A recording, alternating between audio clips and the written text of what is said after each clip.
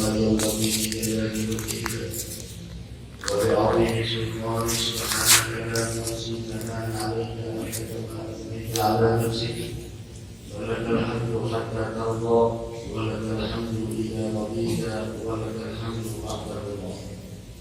اللهم صل وسلم على سيدنا محمد مفتاح باب رحمة الله عدد ما في علم الله صلاة وسلام إليه بدوام ملك الله وعلى آله وصحبه ومن تبع هداه أما بعد. Alhamdulillah, kita bersyukur kepada Allah Subhanahu wa Ta'ala di malam hari yang mulia ini kembali. Allah kumpulkan kita di dalam perkumpulan yang sama-sama kita menjadi rahmat, ampunan dan keridhaan bagi Allah. Mudah-mudahan apa yang kita lakukan diterima di sisi Allah Subhanahu wa Ta'ala. Mudah-mudahan keburukan yang ada di dalam diri kita bukan menjadi penghalang untuk kita meraih berbagai macam keluhuran dan kebaikan yang ada di sisi Allah Subhanahu wa Ta'ala. Amin amin ya rabbal alamin. Menyambung pembicaraan yang telah lalu tentang hadis yang diriwayatkan oleh Sayyidina Al-Bukhari bin Sa'id radhiyallahu ta'ala anhu wa arda sampai pada sabda Rasulullah yang terakhir, wa iyyakum wa muhdatsatil umur. Rasul sallallahu alaihi wasallam beliau mengingatkan kepada kita, wa iyyakum wa muhdatsatil umur, dan hendaklah kalian berhati-hati terhadap perkara-perkara bid'ah.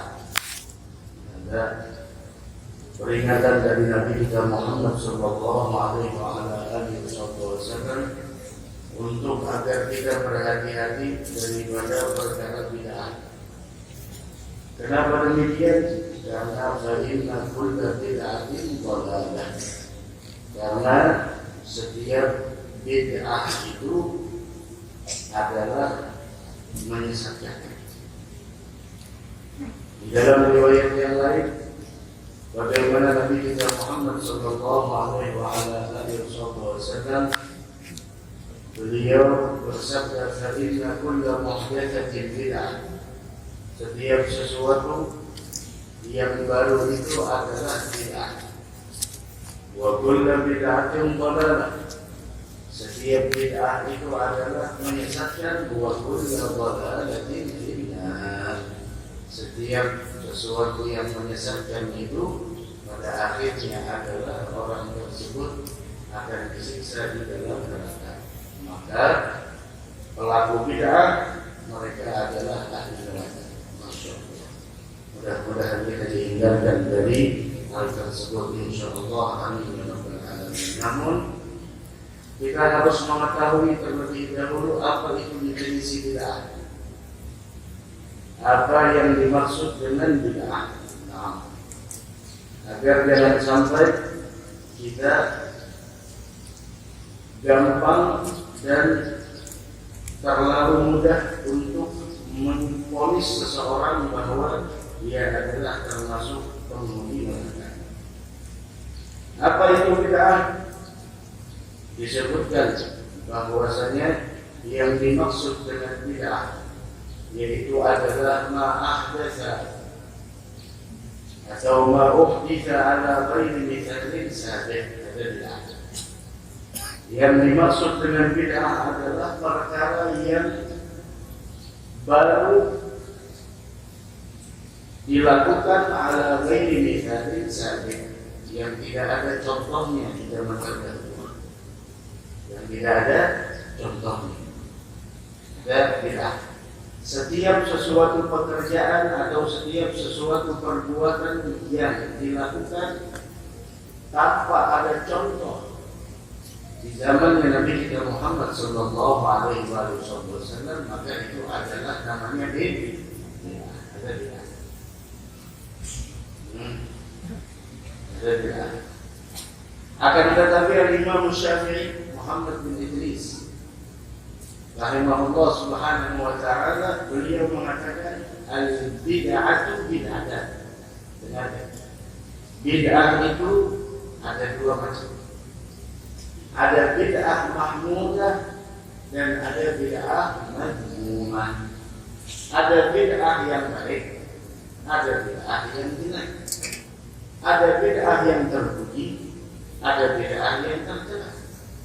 Apapun itu perkara yang tidak ada contohnya di zaman Rasul Sallallahu Alaihi Wasallam, maka itu dinamakan bid'ah.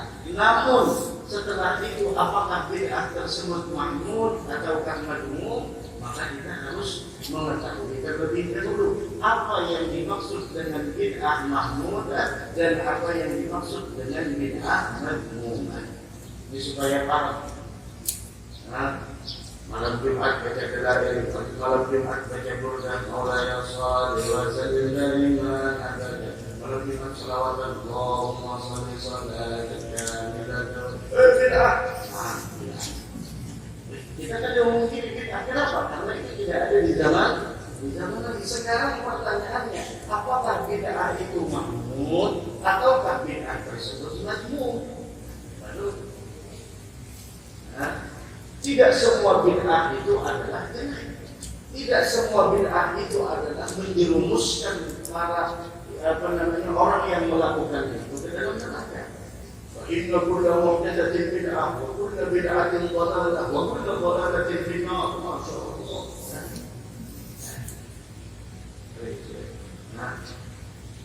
Al-bid'atu kata Imam Syafi'i bid'atan. Bid'ah itu ada dua.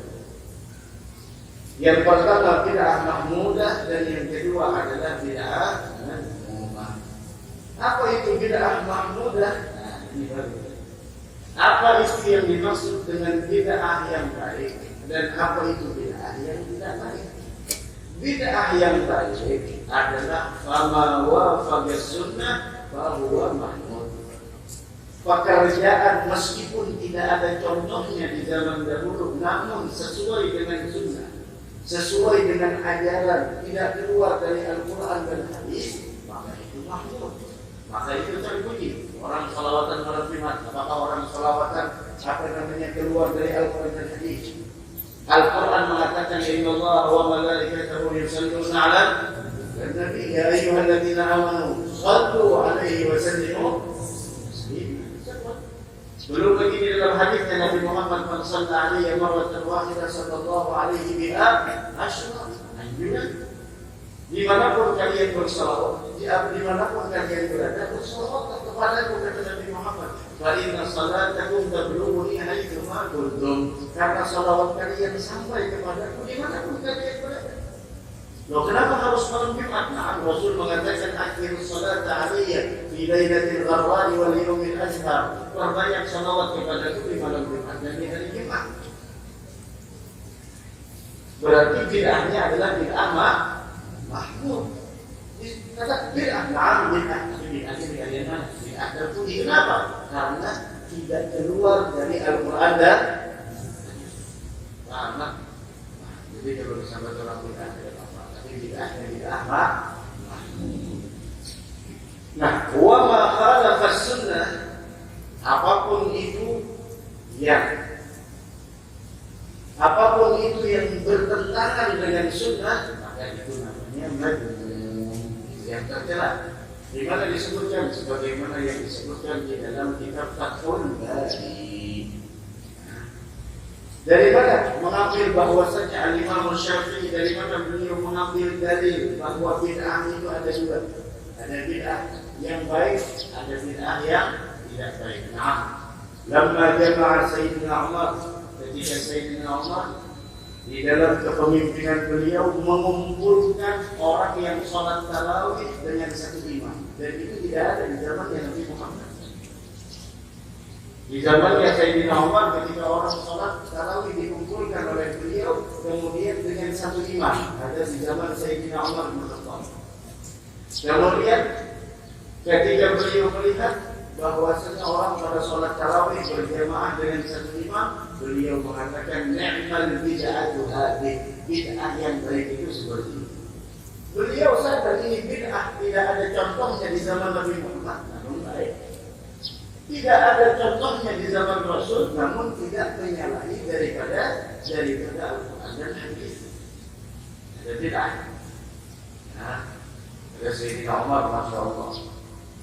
Sayyidina Umar bin Khattab radhiyallahu ta'ala anhu, bahkan ketika wafatnya Sayyidina Umar, kemudian di dalam kepemimpinan Sayyidina Utsman, di dalam kepemimpinan Sayyidina Ali, Sayyidina Ali melihat masjid-masjid semuanya sholat pada berjamaah. Karena yang mempeloporinya siapa? Sayyidina Umar.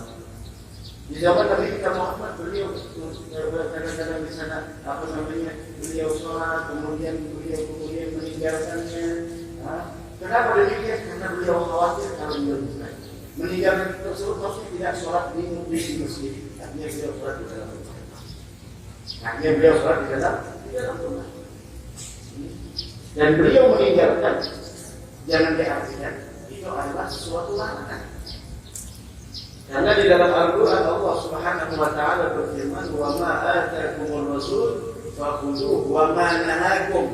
Dan apapun yang dilarang, bukan yang ditinggalkan.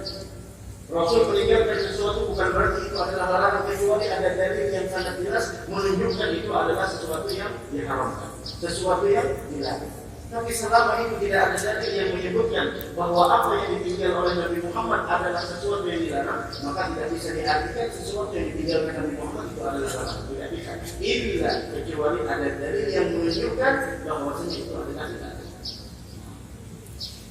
Kemudian ketika Sayyidina Ali bin Abi Thalib melihat bahwasanya masjid-masjid penuh sholat berjamaah dalam sholat tarawih dan panjang umur sebagai Allah berjumpa dengan bulan suci Ramadan, bulan yang agung, bulan yang mulia, bulan yang penuh dengan keberkahan. Ketika Sayyidina Ali bin Abi Thalib melihat orang sholat tarawih penuh masjid-masjid, beliau memandang dari kejauhan sambil mengatakan, "Nawwarallahu qabra Umar kama nawwara masajidana." Sayyidina Ali mengatakan dan beliau mendoakan, semoga Allah memberikan cahaya di kuburnya Umar sebagaimana dia telah mempelopori pekerjaan yang mana pekerjaan tersebut membuat masjid-masjid kita bercahaya, membuat masjid-masjid kita makmur. Nah, ini adalah pelajaran bagi kita. Selama hidup, ayo lakukan yang terbaik untuk kita dan untuk orang lain. Selama kita hidup, berusaha untuk agar kebaikan kita masih dikenal oleh orang lain meskipun kita tetap wafat. Karena Rasul mengatakan, "Tuba liman mata wa man mata hasanatuh." Beruntung orang yang telah wafat, namun kebaikannya masih diingat oleh orang lain, masih dikenal oleh orang lain. Oh, si fulan pernah melakukan ini, si fulan pernah mempelopori ini, si fulan pernah mempelopori arisan burda, si fulan pernah mempelopori arisan ini dan lain sebagainya. Silaturahmi antara RT, antara RW. Berusaha selama kita hidup untuk melakukan yang terbaik agar dikenal kebaikan kita oleh orang lain. Karena orang yang gemar melakukan kebaikan, dia akan mendapatkan keberuntungan. Mudah-mudahan kita termasuk orang yang gemar melakukan kebaikan. Anak-anak kita didik mereka untuk melakukan kebaikan dan menjauhi segala keburukan. Dan anak-anak kita tidak akan pernah mengetahui mana yang baik, mana yang buruk, melainkan apabila kita sendiri yang memperkenalkan kepada mereka mana yang baik, mana yang buruk. Jadi karenanya sering kita sampaikan, anak yang saleh adalah yaitu bersumberkan dari didikan yang baik. Anak yang mulia, anak yang hebat itu adalah dari didikan yang baik dan didikan yang hebat. Allah mudah-mudahan memberikan taufik dan hidayah kepada kita semua. Wa wailul liman mata wa ma mata sayyi'an hasyur. Dan sungguh celaka dan sungguh binasa setiap orang yang meninggal dunia namun keburukannya masih diingat oleh orang lain. Oh, si fulan selama dia hidup. Jadi karenanya khairun nas anfa'uhum linnas. Sebaik-baik manusia adalah orang yang paling bermanfaat buat orang lain. Pernah belum sampaikan apapun profesi kita, maka hendaklah profesi tersebut memberikan manfaat buat orang lain, bukan mengambil manfaat dari orang lain, tapi bermanfaat buat orang lain.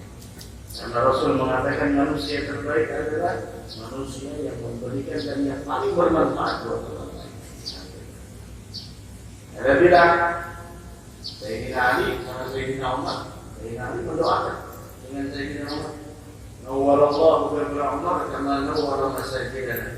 Semoga kuburnya Sayyidina Umar diberikan cahaya oleh Allah sebagaimana dia telah menyinari dan menerangi masjid-masjid kita dengan mempelopori sholat tarawih berjamaah dengan satu imam. Datangnya kita ke majelis taklim, datangnya kita ke masjid, langkahnya kita ke masjid, ke mushola, ke langkahnya kita ke majelis-majelis ilmu, majelis-majelis zikir. Langkah tersebut akan memberikan cahaya nantinya di dalamnya kubur dan besok di hari kiamat. Tidak ada pemandangan yang paling menakutkan kata Nabi Muhammad melainkan adalah kubur. Jangan kalian tertipu dengan diamnya, itu kubur diam, ini menakutkan. Jangankan dalamnya,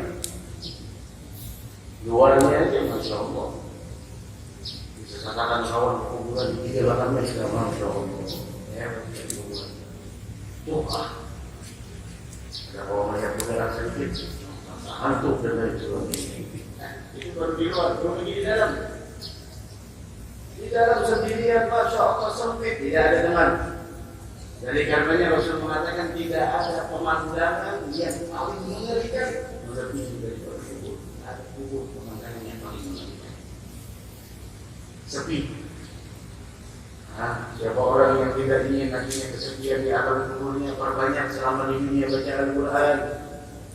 Siapa orang yang nantinya ingin di alam kuburnya mendapatkan cahaya, yang mana di alam kubur mublimah gelap, maka ambillah bahagianya dari sholat tahajud, walau rakaatain, walaupun 2 rakaat.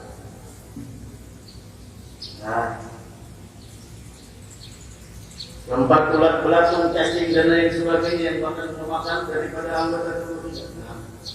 Sebelum itu semuanya, ayo selama di dunia kita berbanyak sedekah, agar nantinya sedekah tersebut mampu meredam panasnya kubur.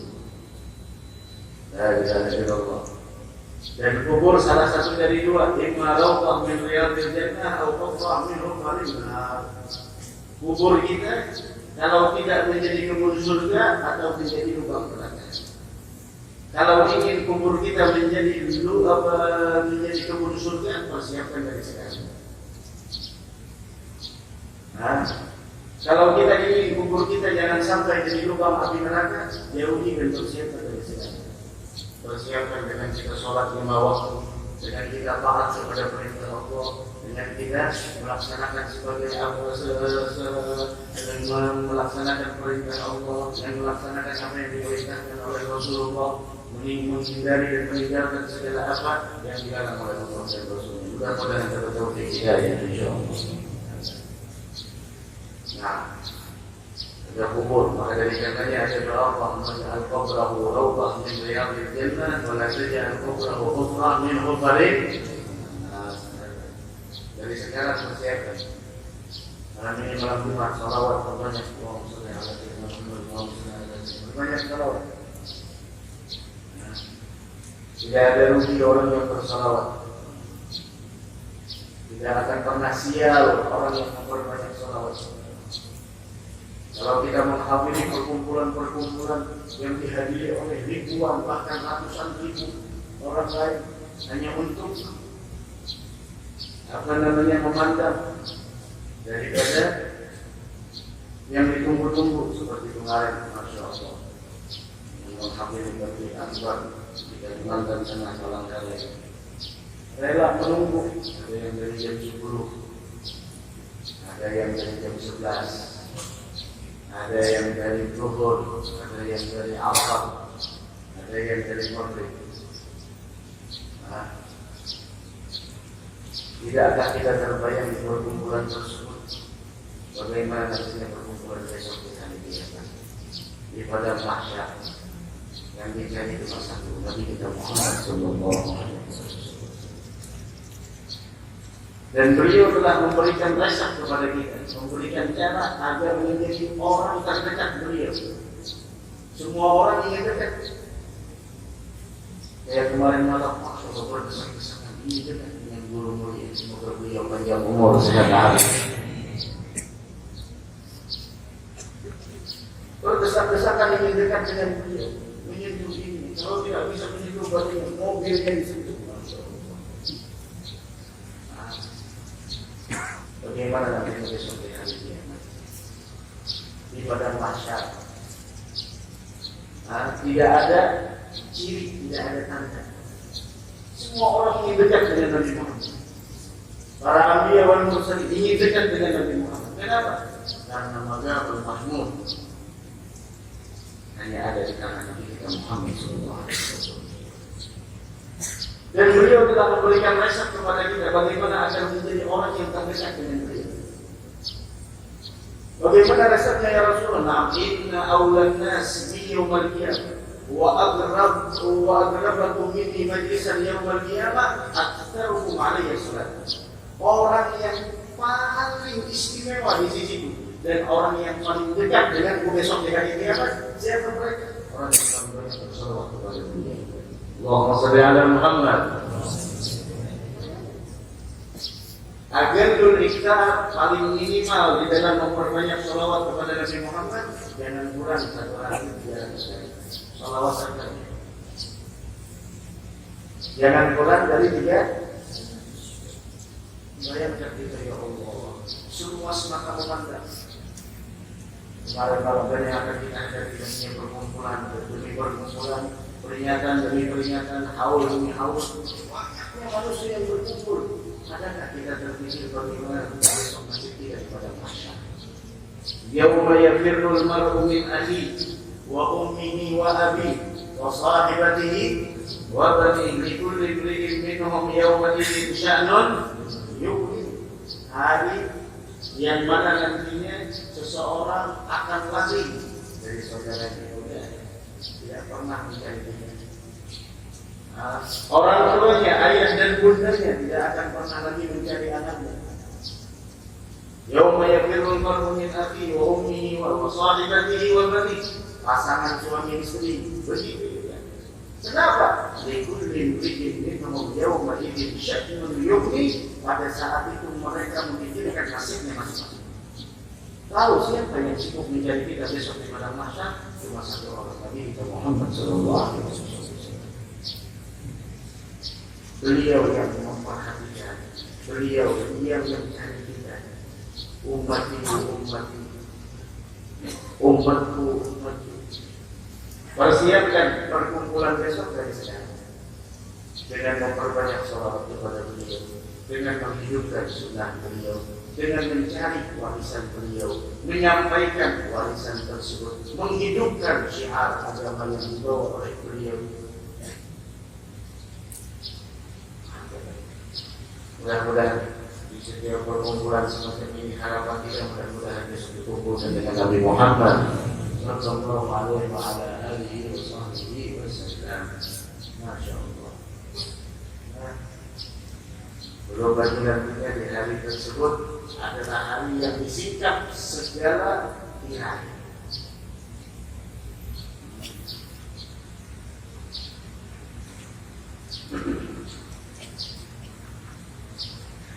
Waqad qasama ulama bid'ah min harifil lughah, dan ulama ada yang mengatakan lagi bahwasanya bid'ah ini dari segi bahasa bahwasanya terbagi kepada 5. Artinya jangan asal membid'ahkan orang dan jangan sampai memponis orang untuk masuk ke dalam neraka.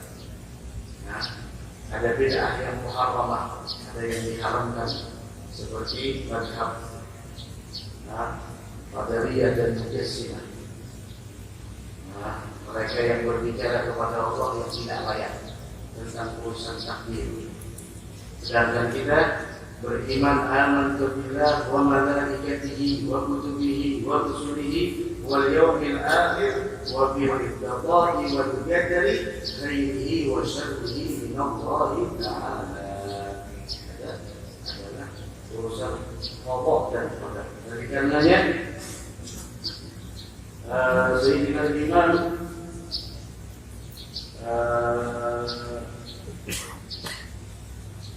Sahibul Hikam, yaitu Ibn Atha'illah As-Sakandari. Beliau mengatakan bahwasanya seandainya Allah Subhanahu wa Ta'ala membukakan kepada engkau pemahaman tentang sesuatu yang kau dambakan dan yang kau inginkan, namun tidak diberikan oleh Allah Subhanahu wa Ta'ala, seandainya engkau dibukakan pemahaman oleh Allah, maka sesungguhnya pengharaman tersebut adalah pemberian yang sebenarnya. Contoh seperti ini. Kita mendambakan ya Allah, kita kendaraan yang hanya tanpa kredit supaya kada pusing memikirkannya. Ya Allah, kendaraan. Ya Allah, sabar malam Jumat, 41 malam Jumat. Karena sudah yang ini seminggu sekali, malam Jumat doang. Ya, kendaraan. Minta. Tapi tidak dikasih. Tiap malam tahajud doa, ya Allah tidak dikasih. Sekarang bagaimana ketika kita menghadapi hal tersebut? Kuatnya memahami dan kuatnya mengerti. Lau fataha Allahu laka, seandainya kata Imam bin Athaillah dari Sakandari, Allah membukakan kepada engkau pintu pemahaman tentang ketika engkau tidak diberikan apa yang kau inginkan, sesungguhnya pencegahan tersebut adalah ainul Allah, pemberian yang sebenarnya. Ini kuat memahami ini, kuat mengerti gitu. Kenapa ada di balik? Nah, sudah kenapa itu? Mengkawan keluar bagus ya. Akan selalu ada kebaikan di balik sebuah kejadian. Akan selalu ada kebaikan di balik sebuah kejadian.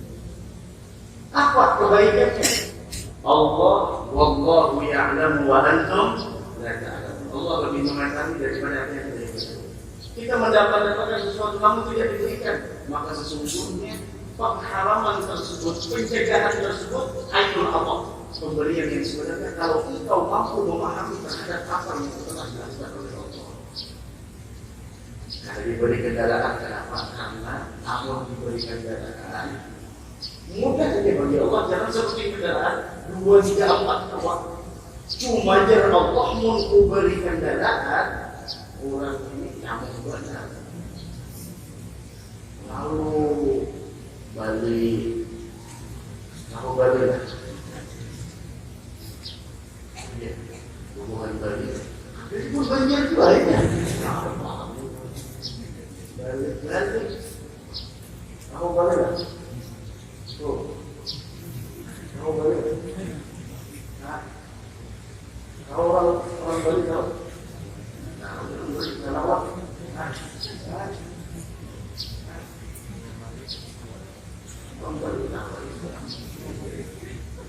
Dari orang Banjar Pak. Balik. Nah, iya, berapa miliar? Balik. Coba tanggapan dari bukan dari. Ini pun juga aja. Ini jangan dikasih sering pulang ini kan dari. Lalu balik orang dari. Wah, dia berdoa. Jadi yang listrik, upahnya oke. Saya impor yang listriknya beda banget. Upahnya ramah. Dia jalan asal jalan pajak. Dia berjengkel asal jalan pajak. Dia berluka asal jalan berdarah. Dia berdarah asal jalan banyak. Itu selalu memandang di bawah. Dia makan ini masih ada sakit pada sawah. Tabrakan, patah tangan, patah kaki, sebulan tinggal kurang. Masya Allah. Ini membahayakan rezekinya. Lalu ada diberi, ada diberinya itu sebenarnya jangannya kita mengerti ainul Allah, pemberian yang sebenarnya. Nah, makanya jangan galau lagi. Jangan pusing lagi, jangan pusat lagi. Lau alim wa kaifa dawlu dhil hamad ya'tarif ala Allah alladhi khalaq.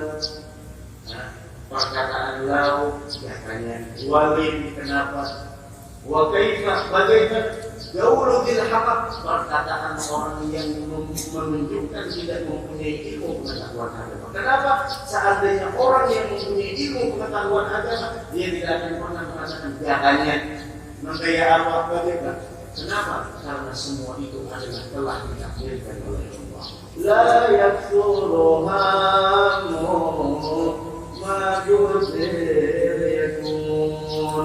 Jangan galau, yang boleh ditakdirkan bakal ditakdirkan. Makanya Rasulullah punya Sayyidina Anas, ada fatwa. Kenapa ini kenapa?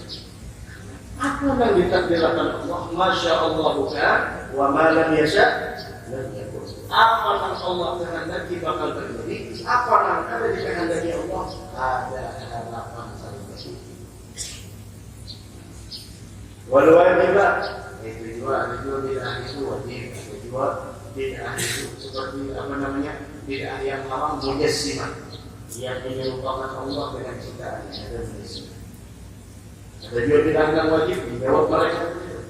Ada juga begini senar bid'ah yang sunnah, seperti membangun rumah, membangun madrasah, membangun pondok pesantren, ada bid'ah, tapi bid'ah yang sunnah. Ada juga di sana apa namanya lagi bid'ah, apa namanya mubah, ada lagi di sana bid'ah makruh, seperti itu. Sekarang apa yang dimaksud dengan kullu muhdatsatin bid'ah? Wa kullu bid'atin dhalalah wa kullu dhalalatin finnar. Allahumma ajirna. Setiap yang baru itu bid'ah. Setiap yang bid'ah sesat. Setiap yang sesat itu adalah masuk neraka. Nah, apa maksudnya itu? Nah, disebutkan oleh Al-Imam Al-Khattabi, Abu Sulaiman Muhammad bin Muhammad bin Ibrahim Al-Khattabi, yang diwafatkan tahun 388, beliau mengatakan hadis tersebut adalah khusus pada beberapa perkara, tidak secara umum. Hadis tersebut bukan dimutlakkan secara umum, akan tetapi hadis tersebut khusus di sebagian perkara, tidak di bagian yang lain, dan tidak juga di bagian daripada perkara-perkara yang mana di sana masuk dalam kaidah-kaidah agama. Apabila sesuatu yang baru tidak masuk di dalam kaidah agama, maka itulah yang dinamakan bid'ah yang madhmu'ah. Seperti itu. Maka dari karenanya, apabila sesuatu yang bid'ah tersebut berdasarkan daripada kaidah usul agama, maka sesungguhnya itu tidak bisa dinamakan bid'ah, apalagi dinamakan bid'ah dhalalah. Apalagi dinamakan bid'ah dhalalah. Dari karenanya Imam Nawawi mengatakan di dalam hadis, man sanna fil Islami sunnatan hasanatan, siapa orang yang mempelopori di dalam Islam yaitu pekerjaan yang baik. Nah, itu kata beliau, hadisnya mentaksiskan daripada, mengkhususkan daripada sabda Nabi Muhammad, kullu muhdatsatin bid'ah. Dan Nabi Muhammad mengatakan, jawab, setiap yang baru itu bid'ah. Tapi ada lagi hadis yang lain, man sanna fil Islam sunnatan hasanatan, siapa orang yang melakukan, mempelopori suatu pekerjaan yaitu yang baik di dalam agama Islam, falahu ajruh, maka dia mendapatkan pahalanya dan pahala orang yang mengerjakan setelah itu. Kita lihat di kampung-kampung, alisan maulid tadi, almarhum Haji Sian, kenapa jadi kita mempeloporinya? Man sanna fil Islam sunnatan hasanatan. Tapi ada juga orang yang macam-macam. Nah, mempelopori hal-hal bagus sehingga masya Allah, yang melakukannya, yang mempeloporinya meskipun sudah meninggal dapat dosa jariah. Ada pahala jariah dan ada dosa jariah.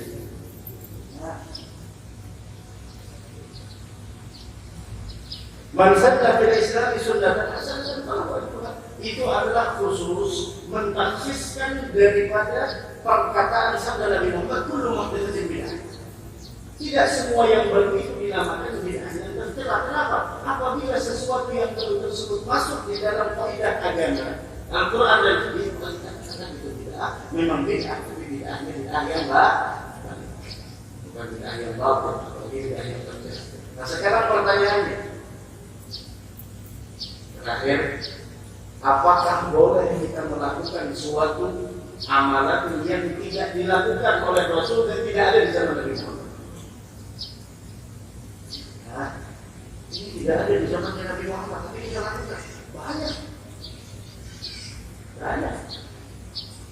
Maka jawabannya adalah bahwasanya apakah boleh kita melakukan perkara yang tidak dilakukan oleh Nabi Muhammad di zaman kita tidak dilakukan oleh beliau sendiri? Maka jawabannya apabila dalil Al-Quran dan Hadis menguatkan pekerjaan tersebut, maka kita lakukan. Kenapa? Karena itu dianggap kebaikan. Seperti tempat-tempat belajar, pondok pesantren, kemudian organisasi sosial, majelis-majelis zikir, seperti perayaan Maulid. Tidak ada di zaman Nabi Muhammad. Akan tetapi baik, akan tetapi itu bagus. Maka kita katakan itu adalah sesuatu yang baik. Meskipun itu bid'ah, akan tetapi bid'ahnya masuk di dalam fama wafaqa sunnah, pekerjaan yang sesuai dengan sunnah dan usul-usul agama, maka itu adalah bid'ah yang baik, bid'ah yang bagus, bukan bid'ah yang tercela. Pernah suatu hari diceritakan oleh Sayyidina Abu Bakar, Al-Imam Bukhari meriwayatkan, ada Sayyidina Umar bin Khattab radhiyallahu ta'ala anhu wa ardhah datang kepada Sayyidina Abu Bakar. Apa kata Sayyidina Umar? Ya Abu Bakar, ini la arajin al-Quran. Abu Bakar, ini Quran kan dulu musuh lembaran-lembaran ditulis, kemudian dikumpulkan. Kemudian kata Sayyidina Umar, Abu Bakar, ini la arajin al-Quran, kita himpunkan Al-Quran. Kata Sayyidina Abu Bakar, af'al syai'an lam yaf'alhu Rasulullah. Wahai Umar, bagaimana mungkin saya melakukan sesuatu yang tidak dilakukan oleh Nabi Muhammad? Mereka paham dengan bid'ah, mereka mengerti dengan bid'ah. Bagaimana mungkin wahai Umar saya melakukan perkara yang tidak dilakukan oleh Nabi Muhammad? Kata Sayyidina Umar, nah, memang benar wahai Abu Bakar, akan tetapi huwa wallah khair. Mengumpulkan Al-Quran meskipun tidak dilakukan di zaman Nabi Muhammad, tapi itu adalah kebaikan. Demi Allah itu kebaikan. Kata Sayyidina Abu Bakar, falam yazal Umar yuraji'ni. Umar senantiasa berkonsultasi kepadaku 1, 2, 3, 4 kali terus, hatta syarahallahu lidzalika sadri wa ra'aytu alladhi ra'ama, sampai Allah melapangkan dadaku dan saya sependapat dengan Sayyidina Umar. Mereka melakukan sesuatu yang tidak dilakukan di zaman Nabi Muhammad, maka tetapi itu kebaikan. Sama seperti Maulid. Apa itu Maulid?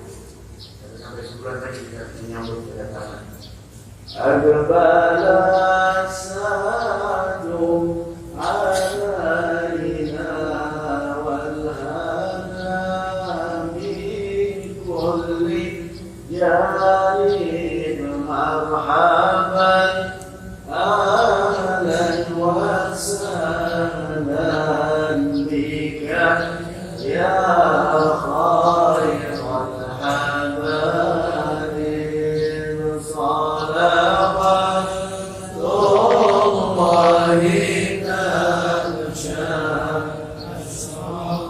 ar-rusul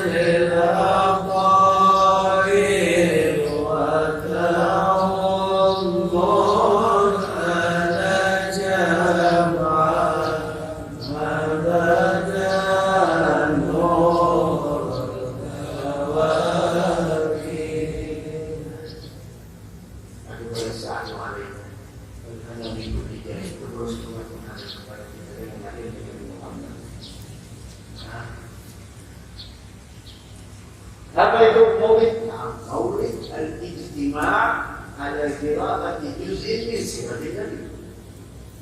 Kalau dibahasakan bahasa Arab, Maulid itu adalah yaitu secara uruf Maulid itu adalah perkumpulan yang mana di dalam perkumpulan tersebut dibacakan sebagian dari perjalanan hidup Nabi Muhammad. Atau kalau kita bahasakan dengan bahasa yang milenial, bisa jadi kajian perjalanan hidup Nabi Muhammad. Sama. Tidak ada yang beda. Amma ba'd, lamma ta'allaqat iradullah fil 'ilmil qadim. Sama. Tidak ada yang beda. Ahina qadda wal waqti hadzal hadith. Sama.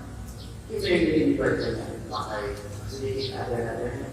Kalau seandainya hendak dibaca, kalau kawan satu lagi kalau sama kan? Berarti kan ini kalau kawan lagi usah dengan sebenarnya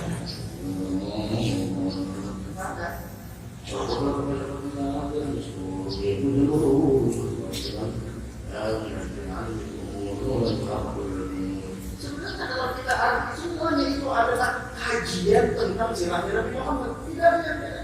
Bahasa milenial sekarang kajian tentang ini, kajian tentang ini. Ijtima, ada kira itu istilah. Apakah boleh kita melaksanakan maulid? Apa hukumnya? Bid'ah. Kalau itu orang bid'ah, nah bid'ah, tapi bid'ah ya. Bid'ah ya terus. Nah terus apakah boleh? Nah, mengamalkan maulid itu boleh dalam syariat. Kenapa? Karena semua apa yang dilakukan di dalam perayaan maulid tersebut tidak keluar dari usul din, tidak keluar dari fondasi-fondasi agama. Karena di dalamnya ada zikrullah, di dalamnya ada zikir kepada Allah, di dalamnya ada sholawat kepada Rasulullah, di dalamnya ada menyebut tentang sejarah hidup Nabi Muhammad. Dan sungguh di dalam Al-Quran Allah menceritakan tentang kelahiran para nabi dan rasul. Apakah Al-Quran melarang kita berzikir? Apakah Al-Quran melarang kita bersolawat kepada Nabi besar Muhammad Sallallahu Alaihi Wasallam? Apalagi perkumpulan yang baca Subhanallah yang sampai di sana Allah mengatakan usyidukum ya malaikati akibat ghafartu lahum. Saksikan orang yang hadir di perkumpulan tersebut segala dosanya diampuni. Tidak dilakukan bersama Nabi Muhammad. Nah, dari karenanya apakah boleh? Boleh juga apabila nas Al-Quran dan hadis menguatkan akan hal tersebut. Mudah-mudahan ada manfaatnya, mudah-mudahan ada barokahnya, mudah-mudahan kita berada panjang umur, sehat afiat, mudah-mudahan kita paham ini secara ringkasnya, paham akan hal tersebut sudah tahu. Nanti kedua orang ini. Nah, jangan sampai perbedaan menjadikan kita membenci satu sama lain. Perbedaan itu sudah dari dulu sudah ada, tapi kita harus dewasa menyikapi perbedaan. Nah, tidak ada apa yang kita lakukan keluar daripada sandaran Al-Quran dan Hadis. Ulama-ulama kita tentu melakukan sesuatu, tidak ada mereka itu melakukan sesuatu yang keluar daripada Al-Quran dan Hadis. Nah, jangan sampai perbedaan membuat kita menimbulkan sebuah perpecahan. Jangan sampai. Nah, jadikan perbedaan itu sebagai warna di dalam apa namanya di dalam kita. Kalau Rasul mengatakan jangan saling membenci, jangan sampai karena hanya kunut, maulid, zikir, tahlil membuat kita saling caci, memaki, menghina, kemudian saling membenci. Wa kunu ibadallahi ikhwana. Jadilah kalian hamba Allah saudara. Nah, jangan sampai jadikan perbedaan tersebut dijadikan kita membenci satu sama lain. Mudah-mudahan ada manfaatnya, mudah-mudahan ada barokahnya, dan kita berada panjang umur sehat afiat. Mudah-mudahan Allah yang memisahkan kita di dunia dan di hari mahsyar nantinya insyaallah. Amin ya rabbal alamin. Dan yang sakit dari umat Nabi Muhammad mudah-mudahan diberikan kesembuhan oleh Allah, dan saudara kita yang barusan tadi masuk ke dalam agama Islam kita doakan mudah-mudahan Allah tetapkan dirinya di dalam agama Islam. Mudah-mudahan Allah Subhanahu wa taala melapangkan dadanya, dan mudah-mudahan Allah Subhanahu wa taala menetapkan keimanannya, hidup dalam keadaan beriman, wafat dalam keadaan membawa iman, dan besok dikumpulkan dengan para orang-orang yang mempunyai keimanan. Dan mudah-mudahan kita sekedataan diwafatkan dalam agama Islam di hadapan jalali wal ikram. Amitna ala dinil Islam rahmatika ya arhamar rahimin ya jalal jalali hadratin nabi al-bab.